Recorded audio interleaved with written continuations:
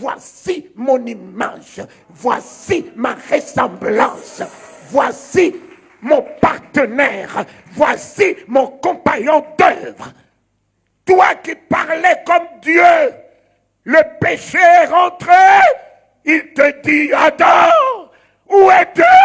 Adam répond à côté de la plaque pour la première fois, je suis nu. Dieu ne lui a pas dit, comment te portes-tu? Quoi portes-tu? Où es-tu? Adam lui dit, je suis nu. Dieu était étonné de ce langage. Il lui a dit, Adam, qui t'a appris que tu es nu? Où est-ce que tu es allé ramasser ce langage négatif, Adam? Où est-ce que tu es allé ramasser un tel langage? Toi qui es moi, toi qui parles comme moi, toi mon ambassadeur, toi mon porte-parole, où est-ce que tu es allé ramasser le langage de la nudité? Qui t'a appris? Qui t'a appris? Voilà ce langage au milieu de nous aujourd'hui. Nous ne parlons plus le langage du royaume. Je suis malade. Je suis malade. Qui t'a appris que tu es malade? Je suis possédé. Je suis possédé. Qui t'a appris que tu es possédé? Ce n'est pas évident. Ce n'est pas évident. Vous allez dans le monde, vous prenez le langage du monde, vous amenez dans l'église. Ce n'est pas évident. Qu'est-ce qui n'est pas évident? Et qu'est-ce qui ne sera pas évident? Voilà le langage que vous parlez dans l'église. Et vous voulez aller convertir les gens, amener là où il y a trop de problèmes. J'ai trop de problèmes, j'ai trop de difficultés, j'ai trop de soucis. Vous allez ramasser les gens, ils en ont déjà trop là-bas. Et vous voulez les amener là où il y a le trop. Mais il faut que vous changez de langage. Il faut que vous changez de mentalité. Il faut que vous changez de comportement. Comment vos parents croiront-ils si vous parlez leur langage? Parlez un autre langage. Je suis nu. Qui t'a appris que tu es pauvre? Qui t'a appris que tu ne réussiras pas? Qui t'a appris que c'est impossible? Qui t'a appris que ce n'est pas évident? Qui t'a appris que tu es stérile? Qui t'a appris que tu es... tout ce que tu fais échoue? Qui t'a appris l'échec? Qui t'a appris la déception? Qui t'a appris le stress? Qui t'a appris ce langage? Ô peuple de Dieu, nous avons un langage, le langage du royaume. Un homme est descendu dans ce monde, l'exemple du langage du royaume. Le vent s'est levé, la tempête s'est levée. Les apôtres ont perdu l'image de celui qui est dans la barque. Ils ont parlé le langage du péril. Mais lui, il dit, allons de l'autre bord. Passons de l'autre bord. Wouh! On lui dit, Lazare est mort. Il avait le langage du surnaturel, le langage du surhumain. Lazare dort. Lazare dort. La fille de Jairus était morte.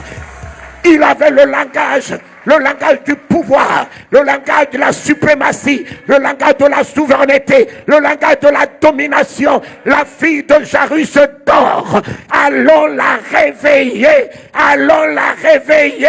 Oh, papa, le langage définit ta foi. Le langage définit ta relation avec Dieu. Le langage définit ta nouvelle naissance.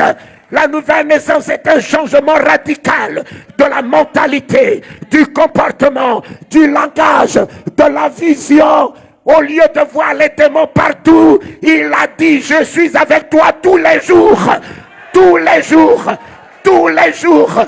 Au lieu de voir, je ne sais pas quoi, la malédiction partout. Oui, le bonheur et la grâce m'accompagneront tous les jours de ma vie.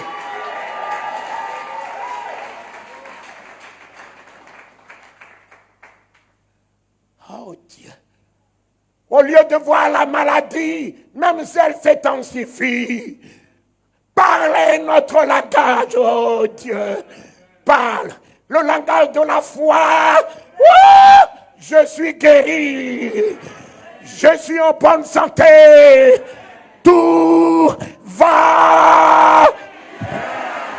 Tout va.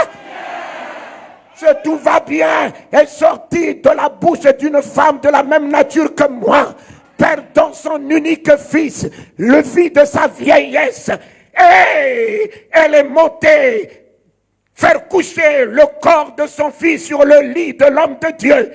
Elle est descendue face à son mari. Donne-moi une de tes ânesses, un de tes serviteurs. Je veux aller en rate vers l'homme de Dieu et je reviendrai. Pourquoi veux-tu aller vers l'homme de Dieu? Ce n'est ni nouvelle lune ni sabbat. Elle répond à son mari, tout va bien. Elle n'a pas dit à son mari, la fin est morte, la fin est morte, sachant que la parole est créatrice. Elle a refusé à sa bouche de créer la mort. Elle a refusé à sa langue de créer la mort. Elle a refusé à sa bouche de créer la fatalité. Tout.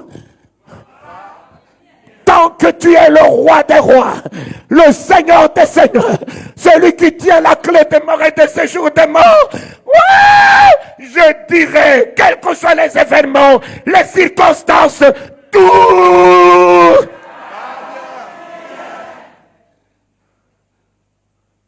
La foi, c'est une attitude.